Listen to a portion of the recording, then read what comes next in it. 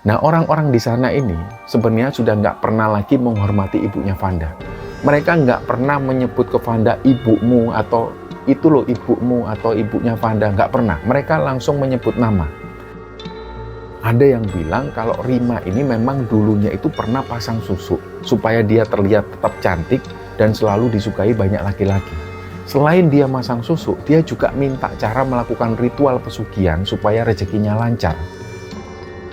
Dan di sisi lain, Vanda ini hanya bisa bertahan di situ. Dia berharap ya semua ini akan berakhir. Dalam hati dia berdoa, ya Allah, tolong jaga aku dari ibu kandungku sendiri. Menurut Vanda memang ini doa teraneh yang pernah dia ucapkan.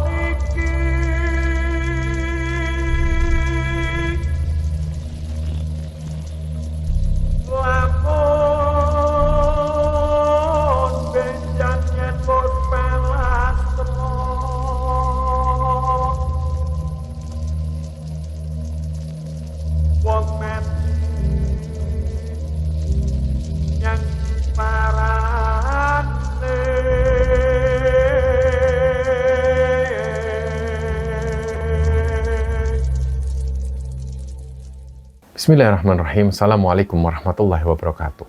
Sobat Kembara Sunyi dimanapun teman-teman berada. Pada kesempatan kali ini kami akan membagikan cerita yang dikirim oleh Sobat Kembara yang bernama Vanda yang asalnya dari Balikpapan. Sebelum kita masuk ke ceritanya, untuk teman-teman yang nonton tayangan ini dan belum subscribe, jangan lupa untuk subscribe lebih dulu agar channel Kembara Sunyi ini lebih berkembang lagi dan kami lebih bersemangat lagi dalam membuat konten-konten terbaru di Kembara Sunyi. Dan untuk teman-teman yang telah mendukung kami sejauh ini, kami mengucapkan terima kasih banyak. Semoga amal kebaikan teman-teman dibalas kebaikan berlipat oleh Allah Subhanahu wa Ta'ala.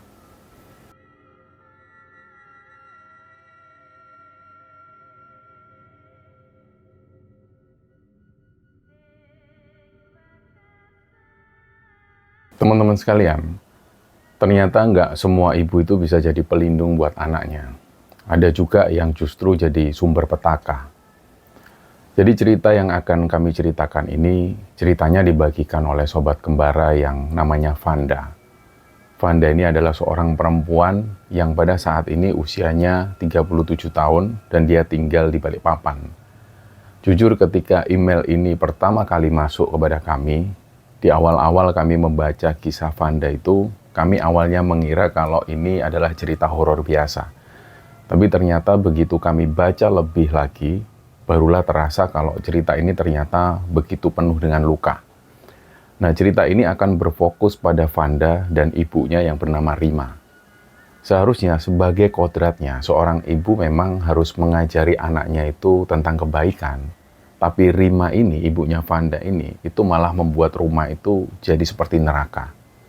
Dari awal para tetangga sudah tahu tabiat dari ibunya Vanda ini, dan dari kisah inilah yang jadi saksi gimana seorang ibu itu bisa jatuh begitu jauh sampai menyakiti darah dagingnya sendiri. Jadi teman-teman, Vanda ini lahir sebagai anak ketiga dari 4 bersaudara. Dan menurut Vanda, keluarganya ini sudah ruwet dari awal. Ibunya yang bernama Rima itu, dia menikah sampai 4 kali. Dan pernikahan pertama itu melahirkan 2 orang anak, lahirlah kakak-kakaknya Vanda. Semuanya perempuan. Setelah itu ibunya cerai. Dan gak lama kemudian menikah lagi, dan di pernikahan kedua itulah lahir Vanda. Nah, setelah itu dia cerai lagi, dan pernikahan ketiga melahirkan adik bungsunya, tapi pada akhirnya adiknya itu ikut ayah kandungnya ke Medan setelah mereka berdua bercerai. Nah, setelah itu Rima ini menikah lagi untuk keempat kalinya, dan selanjutnya dia pindah ke NTT bersama suami barunya itu. Jadi sejak Rima ini pergi, rumah itu pelan-pelan jadi serasa hancur. Hancur itu dalam arti lahir batin. Jadi bisa dikatakan kalau secara nyawa, ini sudah nggak bisa lagi disebut rumah. Kakak-kakaknya Vanda ini sudah lama juga keluar dari rumah itu, lebih tepatnya mereka ini diusir oleh warga. Ini karena gaya hidup mereka itu yang kacau balau.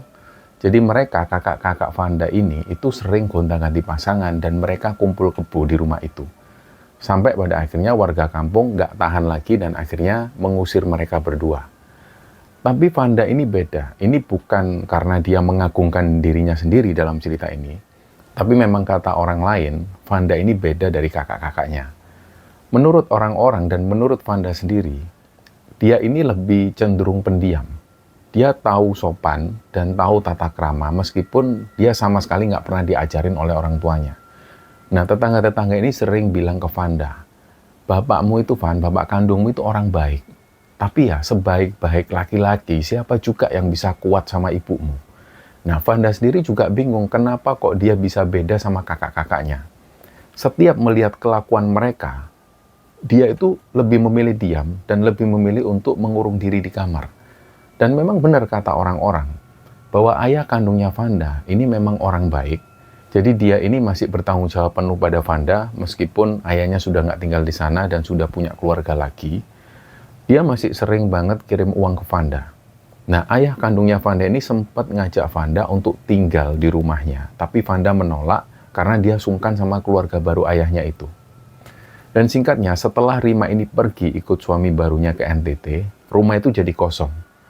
Jadi Vanda itu tinggal sendirian di sana, dan Vanda yang waktu itu masih SMP ini tiba-tiba harus menghadapi hidup yang sendirian. Di malam-malam pertama itu memang terasa aneh. Biasanya masih ada suara kakak-kakak mereka yang ribut atau suara televisi di ruang tengah yang masih nyala. Yang terjadi saat itu, ya suasananya memang benar-benar sepi. Awalnya Vanda takut. Kita bisa membayangkan anak perempuan yang masih SMP, dia harus tinggal sendiri di rumah yang lumayan besar di pinggiran gang. Jadi tiap kali mau tidur, Vanda selalu memastikan kalau semua pintu ini sudah terkunci dan jendela sudah ditutup. Lampu dapur itu dari dulu memang sengaja dibiarkan nyala oleh Vanda, karena jujur Vanda takut terutama melihat area dapur. Nah, kadang dia ini tidur sambil bawa senter kecil jaga-jaga kalau pas tiba-tiba mati lampu. Untungnya tetangga di sekeliling rumah Vanda ini orang-orangnya baik semua. Baik banget lah pokoknya. Mereka tahu betul kondisi keluarga Vanda yang berantakan. Jadi mereka di situ saling jaga. Vanda juga sering bilang, tanpa tetangga-tetangganya ini mungkin dia sudah nggak kuat lagi lah menjalani hidup. Nah, di gang itu, di tempat tinggalnya itu ada keluarga yang bernama, kita sebut saja keluarganya Bu Jati. Bu Jati ini beliau adalah keluarga asli Jawa yang sudah lama tinggal di Balikpapan. Dari luar, keluarga Bu Jati itu kelihatan sederhana sekali. Rumahnya ini cuma satu tingkat, dindingnya juga campuran kayu dan semen. Tapi jujur menurut Vanda, hati Bu Jati itu luar biasa baik. Bu Jati ini sering datang bawa masakan, apapun itu dibawa oleh Bu Jati. Yang dimakan oleh anak-anaknya Bu Jati, dimakan juga oleh Vanda. Biasanya Bu Jati ini masak sayur bening, tempe goreng, apapun itulah. Jadi Bu Jati ini serasa seperti ibunya sendiri. Tapi ada hal lucu juga yang selalu diingat oleh Vanda. Setiap Bu Jati ini datang ke rumah Vanda untuk ngirim makanan. Jadi Bu Jati ini selalu bilang ke Vanda, ayo sayang makan yang banyak biar gemuk. Jadi pada saat ini Vanda itu tergolong perempuan yang agak gemuk. Dan setiap kali mau makan dia selalu ingat kata-kata Bu Jati ini. Jadi hal-hal inilah yang selalu membuat Vanda itu terharu. Dia ingat waktu pertama kali dibawakan bekal ke sekolah oleh Bu Jati. Dia langsung terharu, netes air matanya. Karena selama ini ibunya sendiri ini nggak pernah ngurusi dia, apalagi sampai membawakan bekal.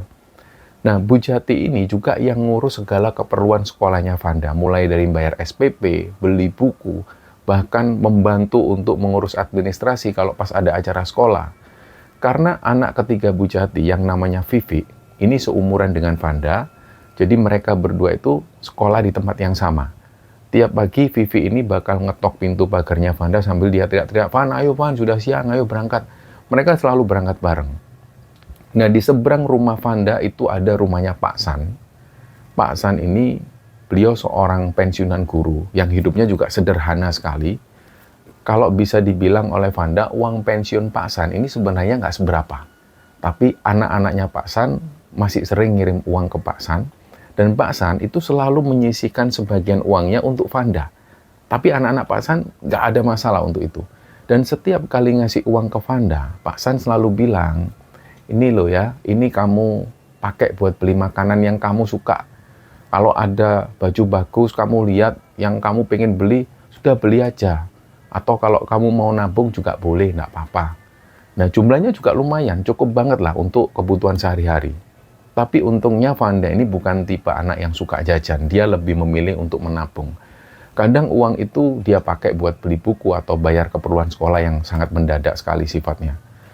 Nah, ada juga tetangga yang lain yang namanya Bu Hafida. Bu Hafida ini adalah ketua PKK di lingkungan itu. Beliau inilah yang mungkin yang paling berperan jadi pengganti ibu bagi Vanda. Pada saat Vanda pertama kali merasakan menstruasi, Bu Hafida inilah yang sigap untuk ngajari cara merawat diri. Jadi di situ tanpa malu-malu beliau ngasih pembalut ke Vanda, ngajari cara pakainya gimana, bahkan menenangkan Vanda yang waktu itu memang dia panik.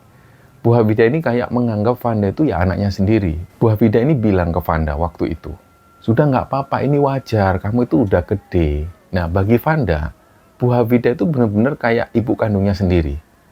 Jadi selain mereka yang disebutkan tadi, hampir semua tetangga di gang itu punya andil semua. Ada yang rajin ngecek keadaan rumah Vanda setiap malam, ada yang menyempatkan mampir untuk membawakan buah, bahkan ada yang kadang mengingatkan kalau Vanda lupa angkat jemuran di siang hari itu. Nah, mereka semua kayak jadi keluarga bagi Vanda. Tapi meskipun begitu, Vanda ini tetap punya banyak ketakutan. Terutama di malam hari itu sering jadi ujian sendiri bagi Vanda. Pernah suatu kali, listrik ini padam mendadak. Nah, di situasi itu, suara-suara tikus di plafon itu lari-lari. Rasanya serem banget kalau sudah begitu. Akhirnya Vanda duduk di lantai kamar, dia peluk bantalnya erat-erat sambil dia membacakan doa yang dia ingat. Pernah juga ada orang asing yang dia ini berdiri lama di depan pagar rumahnya Vanda. Untung waktu itu Pak San yang lagi duduk di teras langsung nyamperin orang asing ini dan nyuruh orang asing itu untuk pergi. Hari demi hari, Vanda itu belajar untuk mandiri. Dia mulai belajar untuk masak sendiri, cuci baju sendiri, dan mengurus sekolahnya sendiri. Dan meskipun hidupnya itu terasa melelahkan sekali, dia jarang mengeluh. Dalam hati, Vanda selalu mikir, kalau nantinya aku ini bakal nyerah, terus siapa lagi yang bakal menjaga diriku sendiri? Jadi bisa dibilang, berkat kebaikan tetangga-tetangganya inilah Vanda bisa terus sekolah tanpa kekurangan. Bahkan gurunya di sekolah ini sering heran. Kamu itu kamu kok bisa rapi terus ya tiap hari, nilaimu juga bagus. Padahal kamu ini sendirian. Nah, Vanda di situ cuma senyum. Ya, hal ini memang lumrah karena guru-gurunya semua tahu kalau Vanda ini tinggalnya sendirian. Yang bisa dibayangkan oleh guru-gurunya, biasanya anak yang tinggal sendiri, nggak ada yang ngurusi. Biasanya di sekitar bajunya itu sering kotor atau mungkin lupa untuk nggak dicuci beberapa hari. Tapi Vanda enggak, dia tetap jaga kebersihan. Dia sendiri juga nggak ngerti dari mana datangnya kekuatan itu. Dan beberapa waktu berlalu ketika itu Vanda sudah duduk di bangku kelas 2 SMA. Hari itu kondisi di Balikpapan ini panasnya itu luar biasa, panasnya terik banget. Dan angin laut itu biasanya rasanya sejuk di siang hari. Tapi waktu itu memang benar-benar menyengat. Vanda ceritanya baru pulang sekolah, bajunya juga basah karena keringat, tasnya juga berat, dan begitu dia masuk gang, dia jalan pelan menuju rumahnya. Nah, dari kejauhan itulah dia sudah melihat sesuatu yang membuat dadanya ini langsung sesak. Pintu rumahnya itu kondisinya terbuka lebar, gorden yang biasanya tertutup waktu itu kebuka. Nah, Vanda ini sempat batin dalam hatinya. Ini siapa yang buka rumahku ini? Terus kok ada orang di dalam? Ada orang di dalam rumahnya Vanda. Dan di depan itu tiba-tiba orang ini keluar. Terus dia ini sambil ngambil jemuran baju di depan. Nah, yang Vanda lihat dari jauh, rambut dari perempuan ini dicat coklat kemerahan. Lama-lama pas Vanda makin dekat, dia kaget loh, ternyata ini ibunya, Rima. Dia langsung nyapa Vanda, si Rima ini. Nah, panggilan Vanda di rumah itu kadang dia dipanggil Panda, kadang juga dipanggil dengan panggilan Vanda. Tapi kali itu ibunya ini manggil Vanda dengan panggilan Panda. Panda, ini mama, nak. Nah, Vanda di situ sempat berdiri kaku, tenggorokannya langsung kering. Karena sudah bertahun-tahun ibunya hilang tanpa kabar, ini kok tiba-tiba muncul. Padahal selama ini menghilang tanpa telepon, tanpa apapun. Vanda nggak bisa ngomong sama sekali, dia shock waktu itu. Akhirnya dia jalan pelan masuk ke dalam rumahnya, dan di situ ibunya ini bersikap seolah nggak pernah terjadi sesuatu. Pas Vanda lewat depan ibunya itu, dia sudah mau salim, mau cium tangan ibunya, tapi nggak tahu kenapa tiba-tiba kayak ada perasaan yang membuat dia nggak nyaman. Akhirnya dia urungkanlah cium tangan ibunya, dia jalan langsung masuk melewati ibunya itu, dan nggak ada yang berubah dari ibunya. Bau parfumnya itu masih menyengat, suaranya masih kenceng. Dia bilang di situ, "Mama pulang sekarang, kita tinggal bareng lagi ya di sini." Dia ini ngomong kayak gitu seolah-olah nggak pernah ada kejadian apapun. Nah, para tetangga yang sebagian sudah mendengar kabar kepulangan Rima ini, mereka mulai keluar rumah. Mereka menuju ke rumah Vanda. Warga gang di sana itu saling pandang, sebagian juga berbisik-bisik. Mereka tahu persis siapa Rima ini dan bagaimana tabiatnya dulu. Pak San, tetangga yang berada di depan rumah Vanda persis itu, langsung menuju ke halaman rumah Vanda. Wajah Pak San waktu itu serius banget, matanya itu menatap tajam ke arah Rima ini. Dan tiba-tiba Pak San langsung ngomong ke Rima, "Rima, jujur ya, kamu balik ke sini ini mau apa?" Terus Rima ini nyolot, "Ngapain kamu tanya-tanya? Ini rumah saya kok, saya mau ke sini, tinggal di sini ya urusan saya."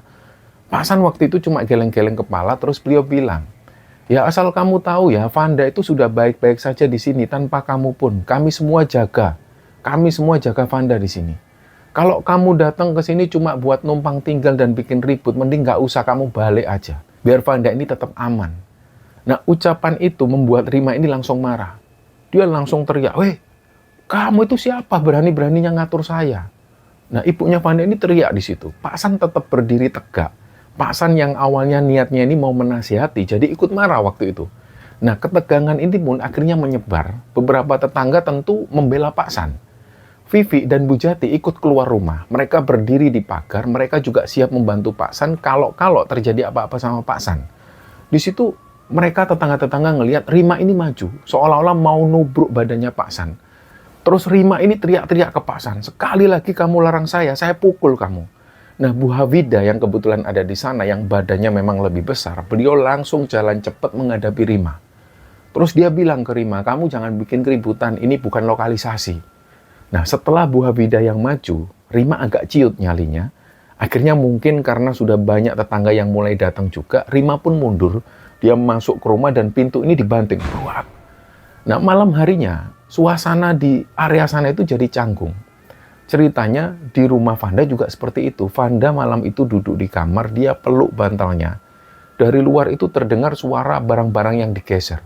Kayak lemari, kursi, bahkan pintu kamar itu terdengar dibanting. Dan sesekali terdengar juga suara ibunya ini yang nyanyi-nyanyi pelan, bersenandung. Vanda di situ tutup kuping, dia lanjut tidur.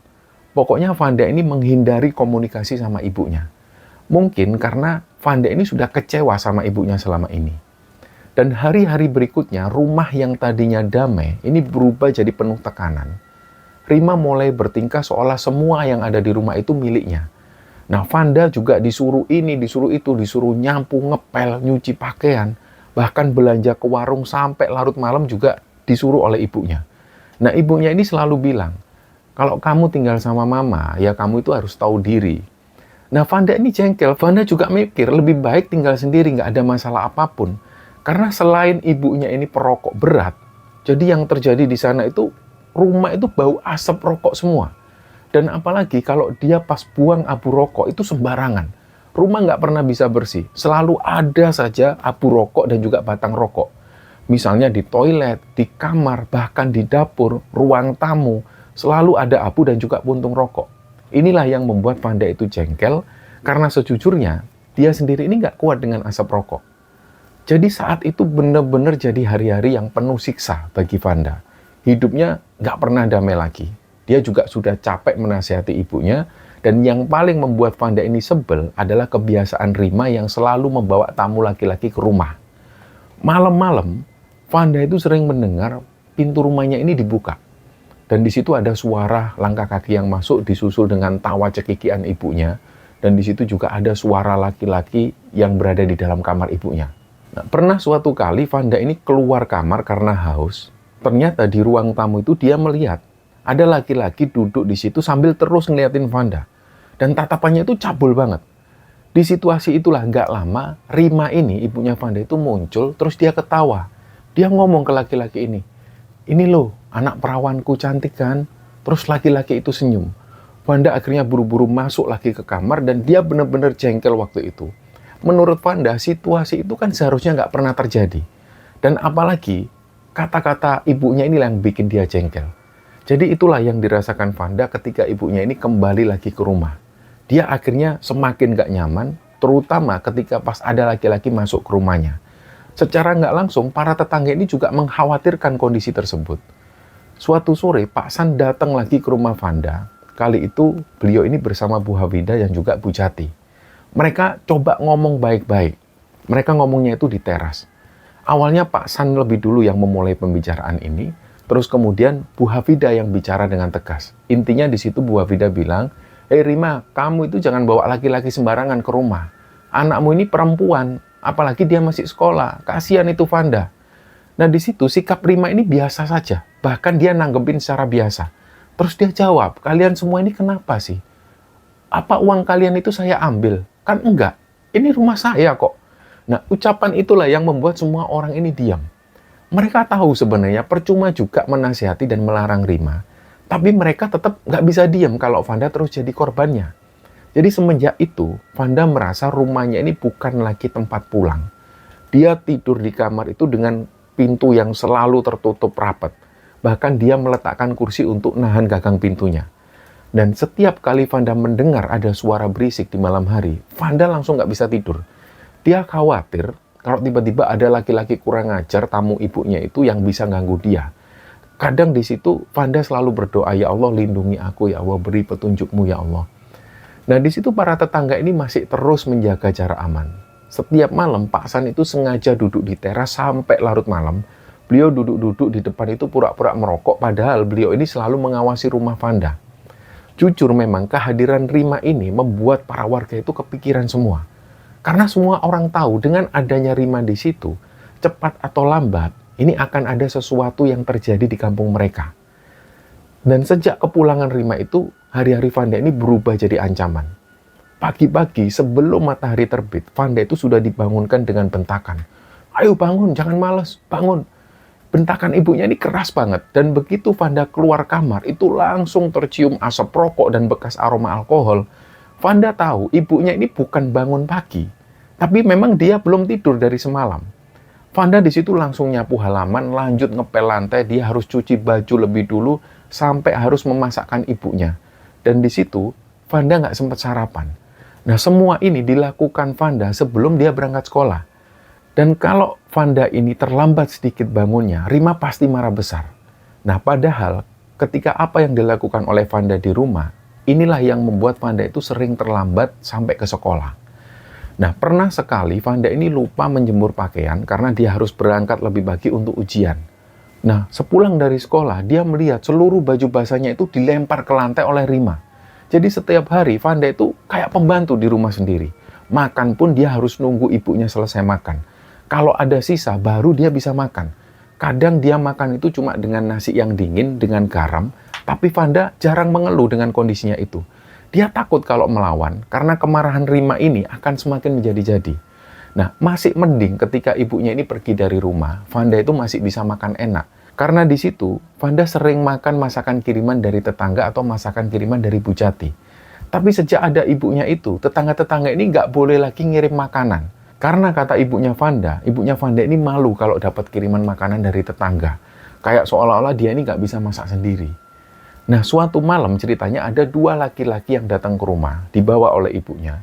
Mereka ini datangnya itu malam banget, sekitar jam 12 malam. Mereka duduk di ruang tamu sambil ngobrol dan juga sambil ngerokok, dan ketawa mereka itu kenceng banget. Rima ini nyuruh Vanda untuk menyiapkan minuman. Padahal waktu itu Vanda ini sudah tidur, dia dibangunkan. Nah, akhirnya mau nggak mau Vanda pun bangun, dia langsung menuju ke dapur, dia buatkan minuman untuk tamu ibunya itu. Nah, seperti biasa, ketika Vanda ini menyajikan minuman, para tamu ibunya itu langsung ngeliatin Vanda itu dengan tatapan yang cabul banget. Vanda waktu itu sudah pengen buru-buru pergi dari situ.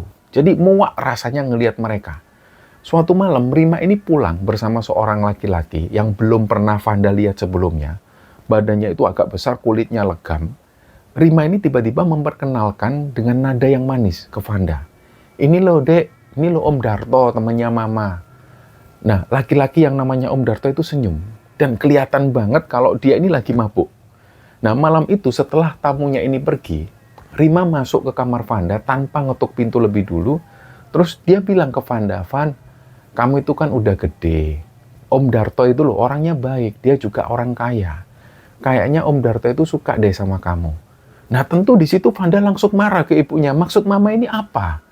Nah terus Rima ini malah menjawab, "Loh emangnya kenapa kalau ada laki-laki yang usianya lebih tua dari kamu, terus suka sama kamu, emang nggak boleh?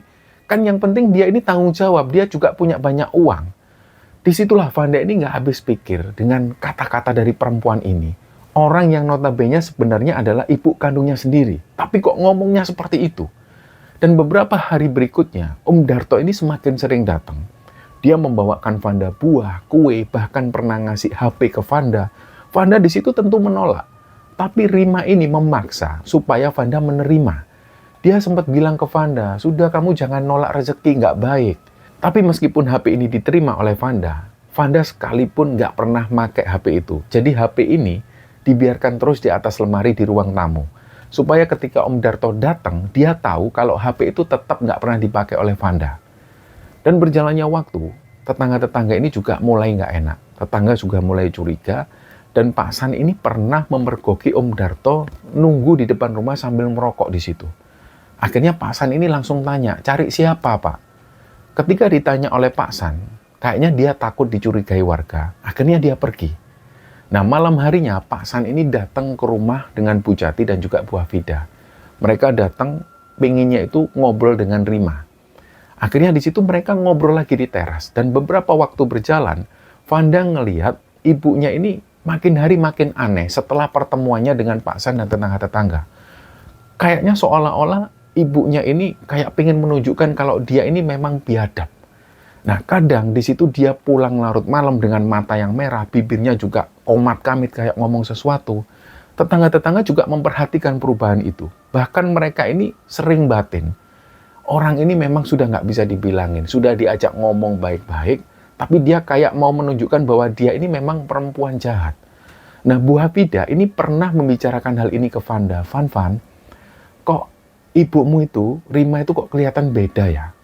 Nah, orang-orang di sana ini sebenarnya sudah nggak pernah lagi menghormati ibunya Vanda. Mereka nggak pernah menyebut ke Vanda ibumu atau itu loh ibumu atau ibunya Vanda. Nggak pernah. Mereka langsung menyebut nama. Dan kadang-kadang Vanda juga langsung nyebut namanya dan nggak pernah nyebut ibu. Karena baik Vanda dan juga warga, ini semua sudah jengkel sama yang namanya Rima ini. Jadi waktu itu Bu Hafida ini tanya ke Vanda ceritanya, "Van, Rima itu kok malah aneh ya, Van? Matanya kosong kayak orang kesurupan." Nah, setelah Bu Hafida ngomong seperti itu, Vanda juga ikut mikir. Iya juga ya, kayaknya bener juga. Kayaknya memang ada yang aneh sama Rima ini. Dan desas-desus ini mulai beredar. Ada yang bilang kalau Rima ini memang dulunya itu pernah pasang susu supaya dia terlihat tetap cantik dan selalu disukai banyak laki-laki. Ada yang cerita kalau Rima ini ternyata sering ke dukun di pinggiran kota. Selain dia masang susu, dia juga minta cara melakukan ritual pesugihan supaya rezekinya lancar. Nah, semakin lama, cerita-cerita itu makin banyak didapat oleh warga. Tapi bagi Vanda, semua itu bukan lagi sekedar gosip. Dia sendiri merasakan hawa di rumahnya itu memang berubah. Semenjak kehadiran Rima, suasana di rumah itu memang aneh, lebih lembab dan terasa lebih hawanya itu nggak enak. Udara di dalam rumah itu juga sering kerasa panas, meskipun misalnya waktu itu kondisinya ini hujan deras di luar. Pernah juga Vanda ini sempat dilihatin sosok perempuan di rumahnya. Ini terjadi ketika Vanda itu ngaca di cermin. Disitulah dia melihat ada sosok perempuan, tapi posisi tubuhnya itu terbalik. Jadi kepalanya di bawah dan kakinya di atas. Sempat Vanda ngelihat sekilas sosok perempuan itu, wajahnya ini mirip kayak Rima. Tapi pas dia noleh, nggak ada siapa-siapa di situ. Dan di sisi lain, Vanda ini hanya bisa bertahan di situ. Dia berharap ya semua ini akan berakhir. Dalam hati dia berdoa, "Ya Allah, tolong jaga aku dari ibu kandungku sendiri." Menurut Vanda memang ini doa teraneh yang pernah dia ucapkan. Dia ini minta perlindungan dari godaan ibunya sendiri. Nah, lama-lama keanehan pada Rima ini makin kelihatan. Bukan cuma sifatnya yang mudah marah, tapi juga cara dia menjaga tubuhnya. Jadi meski usia Rima ini sudah lewat 40 tahun, tapi wajahnya itu tetap kenceng. Kulitnya juga masih kelihatan mulus.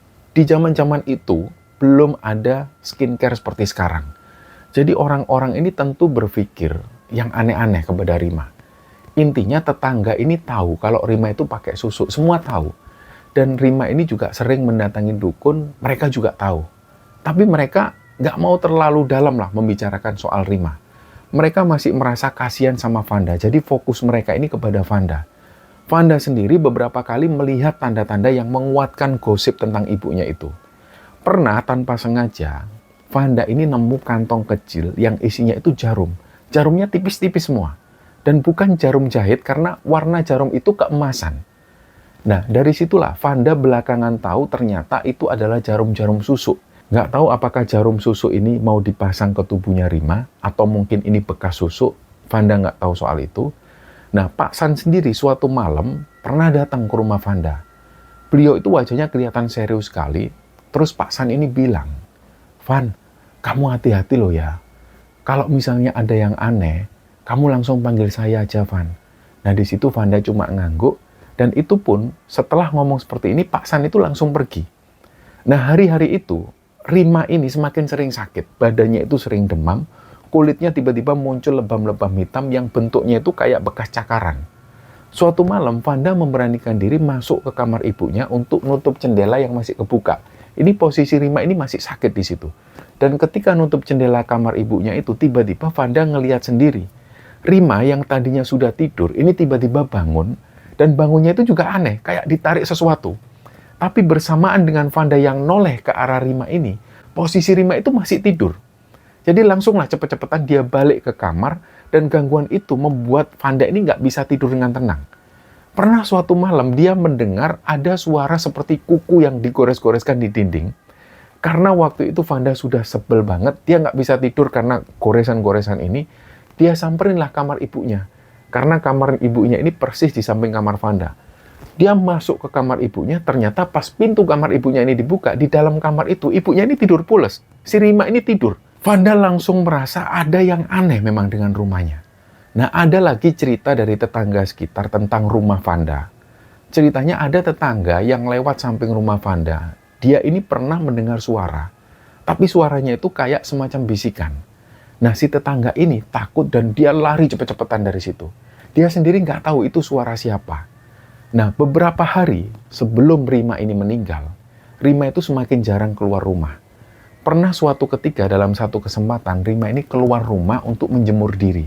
Jadi dia manaskan diri di situ. Tetangga waktu itu coba nyapa, tapi Rima ini diem. Akhirnya dideketilah oleh salah satu tetangga, dan tetangga ini ngajak ngobrol Rima, tapi dia nggak merespon sama sekali. Terus kata si tetangga, ketika Rima didekati dan diajak ngobrol, Rima itu benar-benar kayak orang linglung. Raut wajahnya juga kayak bukan manusia lagi. Kalau bahasa kasarnya waktu itu Rima ini sudah benar-benar bau mayat. Nah, Vanda sendiri menjelang ibunya meninggal itu, dia juga sudah mulai merasa bahwa rumahnya ini kayak sudah bukan rumah lagi. Kadang kalau sudah dalam situasi yang seperti itu, Vanda sudah berpikir dia ini pengen kabur dari rumah. Tapi setiap dia ini mau kabur, dia ingat sama tetangga-tetangganya yang baik. Tetangga-tetangga yang semuanya care ke dia. Dan akhirnya dia urungkanlah niatnya itu. Di satu sisi Vanda ini masih terus kepikiran ibunya. Terus dia bilang, kalau aku pergi, ini siapa yang ngurusin ibuku ini siapa?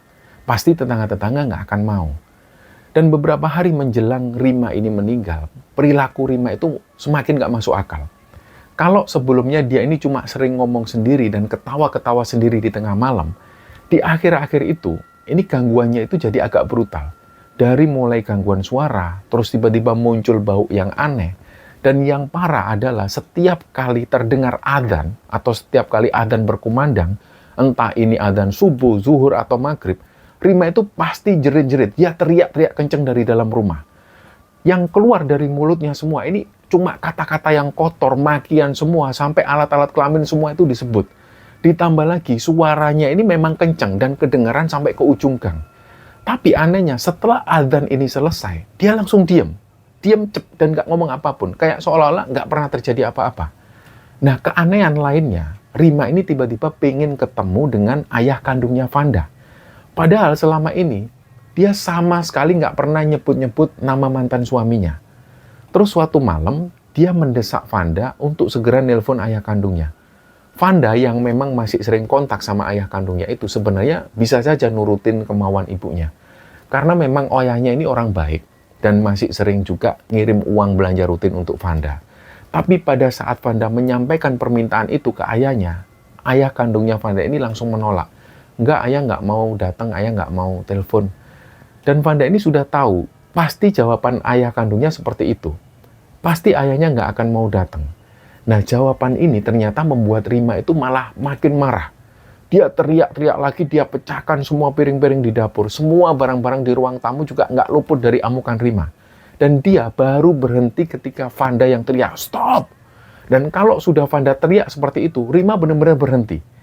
Dan hari demi hari, kebiasaan aneh Rima ini makin parah. Dia itu sering minta Vanda supaya Vanda ini membelikan es batu dalam jumlah yang banyak. Awalnya Vanda mengira mungkin ibunya ini mau bikin minuman atau apa. Tapi suatu sore Vanda ini memergoki ibunya itu nyeret gentong besar yang isinya air, terus dimasukkan ke dalam kamar mandi. Ternyata es batu itu dimasukkan ke dalam gentong yang berisi air tadi. Terus kemudian nggak berhenti sampai di situ, gentong yang sudah berisi air es tadi diseret lagi sampai menuju ke kamar tidurnya. Setelah sampai di kamar tidur ibunya itu, air es ini disiramkan ke seluruh kamar tidurnya sampai semua tempat tidur ini basah. Bahkan lantai pun juga basah. Vanda ini benar-benar kaget dan dia langsung marahi ibunya itu. "Ibu, ini kenapa lagi sih, Bu? Duh, Bu, aku capek beres-beres terus." Di situ Rima ini jawab sambil teriak-teriak, "Aku ini kepanasan, Van. Aku ini kepanasan. Kamarku itu sudah kayak neraka. Lihat itu, Van. Kamarku jadi neraka." Nah, Vanda di situ cuma bisa berdiri dan nggak bisa ngomong apa-apa. Dan di momen itu, Rima ini bahkan sempat nantang-nantang Tuhan. Seolah-olah dia ini lagi ngelihat neraka yang ada di dalam kamarnya. Dan di situ dia malah nantang. "Aku nggak takut sama neraka, Van. Ini loh, aku sudah siram pakai air es." Nah, malam-malam berikutnya, Rima ini sering keluar diam-diam. Tanpa sepengetahuan Vanda, ternyata dia ini berkeliaran di gang, di tengah malam. Nah, warga di situ beberapa kali ngelihat Rima, ini sempat ngerusak barang-barang warga. Ada mobil tetangga yang tiba-tiba digores. Ada juga pot bunga yang pecah berantakan setelah dibanting oleh Rima. Bahkan pernah tanpa rasa malu, Rima ini buang hajat persis di depan pagar rumahnya Pak San. Warga yang melihat ini cuma bisa menahan amarah. Mereka cuma kasihan sama Vanda. Tapi mereka juga takut kalau seandainya negur Rima, pasti dia marah. Nah, suatu malam Vanda ini ceritanya sudah mau tidur. Posisi Rima ini sudah di kamar, dia sudah mau tidur juga. Vanda sudah siapkan susu hangat di kamar Rima dan air putih itu sudah disiapkan di sana. Biasanya di tengah malam ibunya itu minta susu hangat. Nah, terus tiba-tiba sekitar jam 1 dini hari, Vanda kaget karena dia mendengar suara Rima yang teriak kenceng. Teriakannya itu panjang banget. Vanda langsung loncat dari tempat tidur karena dia benar-benar kaget. Dia langsung lari ke kamar ibunya itu. Tapi anehnya pas dia sampai di kamar ibunya, badan Rima ini lemas, wajahnya juga pucat banget. Akhirnya di situ Vanda memberanikan diri mendekat. Nah, dia peganglah dahi ibunya itu, dari dahi dan seluruh tubuhnya ini dingin semua. Vanda sudah punya feeling gak enak waktu itu. Pas dia mau keluar, ternyata dua tetangga ini sudah ketuk pintu rumahnya Vanda. Nah, di situ ada Pak San dan juga Pak Roib, tetangga sebelah rumah Vanda. Gak lama kemudian datang lagi tetangga yang lain. Mereka juga nggak bisa memastikan kondisi Rima waktu itu seperti apa. Akhirnya salah satu tetangga ini memanggilkan dokter. Ada seorang dokter yang tinggalnya nggak jauh dari sana, dan nggak lama dokter ini pun datang dan langsung masuk ke kamarnya Rima. Beliau langsung pastikan bahwa Rima ini sudah meninggal dunia. Dan ketika kabar kematian itu menyebar, suasana gang itu langsung berubah. Dan ada kejadian aneh di situ. Jadi ketika Rima ini dikabarkan meninggal, semua bayi dan balita di sekitar rumah itu nangis semua. Dan mereka ini nangis secara bersamaan. Nah, ibu-ibu mereka itu membawa bayi-bayi mereka ini keluar rumah. Karena mereka bingung. Ini malam-malam mereka yang posisinya masih tidur kok tiba-tiba terbangun dan mereka nangis. Nah, mereka ini seolah mendengar sesuatu yang tidak didengar oleh telinga orang dewasa. Hewan-hewan peliharaan pun anehnya, mereka ini juga gelisah semua. Ayam berkokok terus-menerus meskipun waktu itu belum subuh. Dan burung-burung di sangkar, ini nabrak-nabrak sangkar mereka seolah mereka takut sesuatu. Dan anjing Pak San, ini juga terus-terusan melolong panjang berkali-kali. Suaranya itu seperti ratapan. Nah, sebagian warga ini sempat mengira akan terjadi gempa atau tsunami. Tapi ada seorang kiai yang beliau ini adalah sesepuh di sana, yang beliau juga datang melayat, beliau cuma bisa menggeleng pelan. Terus beliau sempat ngomong ke salah satu tetangga, insya Allah ini bukan tanda bencana alam. Ini pertanda bumi dan makhluknya itu nggak kuat melihat apa yang menimpa almarhumah. Maksudnya almarhumah adalah almarhumah Rima ini. Terus kata kiai ini, dia bilang hewan-hewan itu diberi kemampuan merasakan siksa kubur yang menunggu. Dan ketika hewan-hewan ini diperdengarkan suara-suara ini, mereka jadi gelisah. Nah, di situ para tetangga ini sudah bisa membayangkan bagaimana ketika hewan-hewan ini bisa diizinkan oleh Allah untuk bisa mengintip siksa kubur yang akan dialami orang yang meninggal. Yang ada di pikiran warga saat itu ya cuma Vanda. Mereka harus tahu betul kondisi Vanda. Jadi mereka cari Vanda, ternyata Vanda ini ada di dalam kamarnya. Dia lagi membersihkan kamar ibunya. Vanda terlihat tegar sekali. Dia nggak bisa nangis, tapi matanya itu sudah benar-benar merah. Dan singkatnya, setelah pemakaman, area di sekitar rumah Vanda itu jadi agak tenang. Biasanya mereka masih mendengar suara teriakan Rima, dan sekarang mereka sudah nggak bisa mendengar lagi itu. Malam kedua setelah meninggalnya Rima ini, Vanda ceritanya lagi belajar di meja kamarnya. Terus tiba-tiba dia mendengar ada suara tetesan air. Tik, tik, tik. Jadi suaranya itu kayak ada air yang netes, dan tetesannya itu mengenai semacam rantang atau nesting. Jadi ada suara yang muncul, dek, dek. Dan sampai hari ini Vanda nggak tahu itu suara apa. Nah, hari-hari berikutnya, Vanda ini pernah mencium aroma parfum ibunya yang menyengat banget. Tapi baunya itu memang aneh. Dan satu lagi, parfum itu ternyata sudah dibuang Vanda bersamaan dengan ibunya ketika dimakamkan. Jadi Vanda merasa ini mungkin hidungnya yang aneh. Tapi suatu sore, Vivi, temannya Vanda ini datang ke rumah Vanda. Belum sempat Vivi ini masuk rumah, dia sudah bilang ke Vanda, "Pan, kok bau parfumnya gini banget ya, Vam? Orangnya nggak ada, tapi kok baunya masih ada. Sampai mual aku, Pan." Nah, ternyata Vivi ini juga mencium aroma parfum yang menyengat juga, yang biasa dipakai oleh Rima. Dan gangguan-gangguan ini nggak cuma menimpa Vanda, tetangga pun juga ikut merasakan. Pak San ini cerita ke Vanda. Jadi ceritanya Pak San ini kan sering duduk di teras malam-malam. Pak San cerita ke Vanda kalau setiap kali lewat jam 3 dini hari, semua lampu rumah Vanda itu nyala secara bersamaan. Nah, Pak San itu heran sampai Pak San ini bangkit dari tempat duduknya, dia mendekat ke arah rumah Vanda. Dia liatin terus. Tapi ternyata di situ memang nggak ada orang sama sekali. Nah, Vanda ini memang membiarkan lampu dapur menyala. Tapi yang Pak San heran, setiap jam 3 lebih, itu selalu semua lampu di rumah Vanda ini nyala bersamaan. Pak San itu pernah coba cek, dia panggil nama Vanda di situ. "Van, siapa Van? Kamu nyalain lampu, Van." Ternyata nggak ada jawaban karena waktu itu masih jam 3 dini hari lebih. Dan pas dikonfirmasi oleh Pak San keesokan harinya, Vanda bilang malam itu dia nggak bangun. Dan beberapa warga juga mengalami hal aneh lainnya. Dan kalau kejadian yang ini, Vanda sendiri yang jadi saksinya. Jadi ketika itu ada tetangganya yang lewat depan rumah Vanda sambil dia ini gendong bayinya. Anehnya, pas dia lewat depan rumah Vanda, bayinya itu nangis histeris. Nggak lama pas sudah melewati rumah Vanda, si bayi ini nggak nangis lagi. Dan ada juga bayi yang lain yang juga mengalami hal yang sama. Puncak terornya ini dialami oleh Vanda kira-kira 3 minggu setelah ibunya dimakamkan. Malam itu Vanda tidur dan lampu kamar itu sengaja dinyalakan. Sekitar jam 2 dini hari, dia kebangun karena dia mendengar ada bunyi orang yang ngerokok di ruang tamu. Maksudnya adalah yang didengar oleh Vanda awalnya, ada suara orang yang berdehem. Tapi ini nggak jelas, deheman laki-laki atau perempuan. Dan setelah berdehem, Vanda dengar si orang ini tuh nyeret kursi. Krek. Terus terdengar lagi suara korek api yang dinyalakan. Nah, zaman-zaman itu korek apinya ini masih korek kayu. Vanda itu dengar jelas. Karena pintu kamar Vanda ini kebuka, jadi Vanda itu sampai bisa dengar jelas suara orang ini lagi ngisep rokok. Nah, Vanda akhirnya memberanikan diri nengok ke arah ruang tamu. Pas dia ngelihat ke sana, di ruang tamu itu nggak ada siapa-siapa, kosong. Dia putuskan langsung tutup pintu kamar, terus dia coba tidur. Terus suatu ketika, ini yang membuat Vanda benar-benar ketakutan. Jadi waktu itu adzan maghrib ini berkumandang. Vanda mau ke belakang, dia mau nutup pintu belakang, dan sekalian dia mau cuci piring. Terus tiba-tiba, dia pas ada di dapur itu, dia dengar ada suara benda yang dibanting. Suaranya kenceng banget. Vanda sampai berucap, "Astagfirullahaladzim."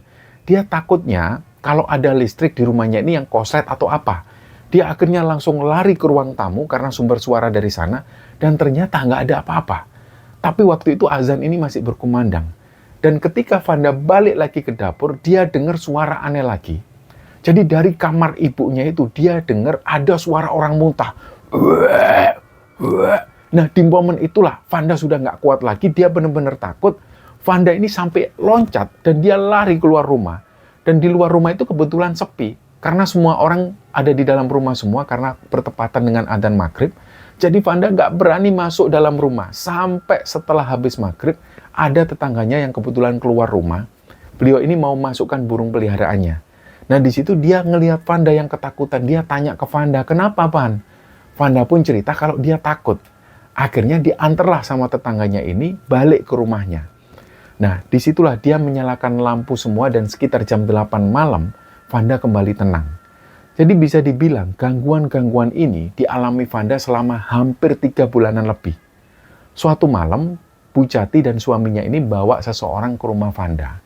Sebelumnya, Vanda pernah cerita satu kali ke Bu Jati dan juga ke keluarganya kalau Vanda ini sering diganggu di rumahnya semenjak ibunya meninggal itu. Nah, Vivi, anaknya Bu Jati, ini juga sering dapat cerita dari Vanda, karena Vanda juga sering curhat ke Vivi. Nah, hari itu akhirnya Bu Jati dan Pak Jati ini datang ke rumah Vanda dengan seorang laki-laki. Bisa dibilang, beliau yang datang dengan Bu Jati ini orang ngerti. Beliau langsung sampaikan ke Vanda, gangguan ini nggak akan hilang kalau kamu terus merasa jadi korban. Sudah kamu langsung minta sama Allah, minta agar segala fitnah dan juga sisa keburukan ibumu itu dicabut dari kampung ini. Vanda langsung merasa ini kayaknya masuk akal. Nah, malam itu juga Vanda mengikuti saran dari orang tadi. Dia ambil air wudhu, dia tutup pintu kamarnya itu rapat-rapat, terus lampu ini dimatikan. Dia mulai mendirikan sholat malam.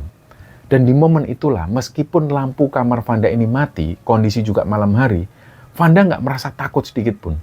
Dia di situ memanjatkan doa yang paling jujur sepanjang hidupnya. Dia doa di situ, "Ya Allah, hilangkan semua fitnah yang ditinggalkan ibuku. Jangan biarkan kampung ini terus diganggu. Aku sudah malu, ya Allah. Lindungi kami semua dari keburukan yang tersisa." Dan tanpa sadar di situ, Vanda nangis. Setiap doa yang keluar itu seolah kayak beban yang lepas satu persatu. Dan untuk pertama kalinya, Vanda merasa di situ benar-benar pasrah. Dan gak cuma berserah di situ. 2 hari setelah dia berdoa itu, entah ada hubungannya atau enggak, tiba-tiba di rumah Vanda ini muncul aroma bau bunga melati. Kayak seolah-olah di rumah itu banyak banget kembang melati yang baru mekar. Vanda juga heran kok bisa ada hal yang semacam ini. Kayak seolah Vanda yakin bahwa ini adalah jawaban. Dia merasa lega waktu itu. Dan singkatnya waktu pun berjalan, 2 tahun setelah lulus SMA, Vanda mulai menata hidupnya sendiri. Dia sempat bekerja di sebuah toko kosmetik di pusat kota. Pekerjaan Vanda ini sederhana, tapi lumayan lah. Dia bisa belajar banyak tentang kemandirian dan juga kepercayaan diri. Dan gak lama kemudian, ayah kandungnya Vanda ini ngajak Vanda untuk pindah ke rumahnya. Rumahnya ini masih di sekitar Balikpapan, tapi jauh dari rumah yang ditempati Vanda. Selama ini, Vanda itu memang selalu nolak kalau diajak pindah ke sana. Karena jujur dia malu sama keluarga ayahnya. Tapi kali itu dengan bertambahnya usia, dia perlu mendewasakan diri. Jadi dari situ dia harus berusaha untuk mengakrabkan diri dengan ibu tirinya. Dan di rumah ayahnya itu, Vanda merasakan ada sesuatu yang sudah lama hilang dan kembali di situ, yaitu rasa aman. Dia merasakan rasa tenang ketika berada di rumah ayah kandungnya. Dan Vanda juga baru tahu ternyata ibu tirinya ini selalu pakai cadar ketika dia keluar rumah. Dan dia juga punya adik-adik yang nurut dan sopan-sopan yang semuanya itu taat beragama. Dan sebenarnya Vanda kerasan banget tinggal di situ. Tapi lambat laun dia mulai merasa sungkan ketika sudah hampir 3 tahun tinggal di sana. Bersamaan dengan itu Vanda dapat tawaran kerja di daerah kota. Vanda pun menerima tawaran kerja itu dan sejak saat itu Vanda memutuskan kembali tinggal di rumah lamanya. Rumah yang dulu pernah dia tinggali bersama ibunya yaitu Rima. Dan hari ini Vanda sudah berumah tangga. Dia baru mempunyai seorang anak dari pernikahannya itu. Hubungan Vanda dan keluarga ayah kandungnya itu masih terjadi sampai hari ini. Dan kisah Vanda ini jadi pelajaran pahit bagi semua orang, terutama yang pernah tinggal di area sekitar rumah Vanda. Dari awal sampai akhir, warga melihat sendiri bagaimana seorang ibu yang seharusnya jadi pelindung, ini justru membawa petaka. Bukan hanya untuk anaknya, tapi juga untuk seluruh lingkungan di sana. Jadi Rima ini meninggalkan dunia dengan cara yang benar-benar menakutkan. Gangguan yang ditinggalkan oleh Rima ini seolah jadi bukti bahwa keburukan gak selalu berhenti ketika nyawa terpisah dari raga. Bahkan hewan-hewan ketika Rima itu meninggal, mereka semua ikut gelisah menyaksikan akhir hidup Rima. Tapi dari kegelapan itu Allah menunjukkan jalan keluar. Doa seorang anak yang teraniaya menjadi penutup semua teror ini. Dan ketika Vanda benar-benar pasrah dan memohon perlindungan kepada Allah, gangguan itu benar-benar berhenti. Dan ketika Vanda membagikan ceritanya ini, mungkin ada tetangganya yang juga ngeh bahwa ini adalah cerita Vanda. Vanda mengucapkan terima kasih untuk mereka yang sudah berbuat banyak kebaikan dalam hidup Vanda. Dan semoga dengan kisah Vanda ini, kita semua bisa mengambil hikmah dan bisa mengambil pelajaran. Mohon maaf jika ada salah-salah kata. Wassalamualaikum warahmatullahi wabarakatuh.